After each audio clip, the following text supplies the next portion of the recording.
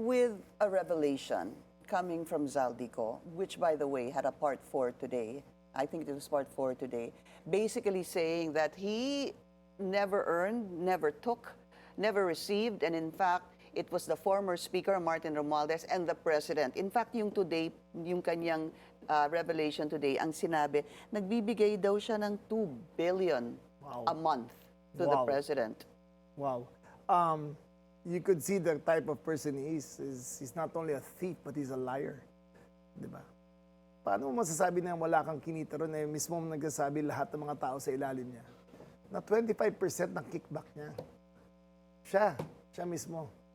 Wala siyang masabi ba, sabi niya may papakita siyang resibo na binibigay niya, pinakita niya mga bag lang. Diba? Luggage. Pero si Bernardo nagsabi, walang insertion yan. Siya ang naglagay ng insertion, si Yusek Bernardo. So doon palang debunk na lahat eh. Yung kay Bernardo, kumpleto pa sa details.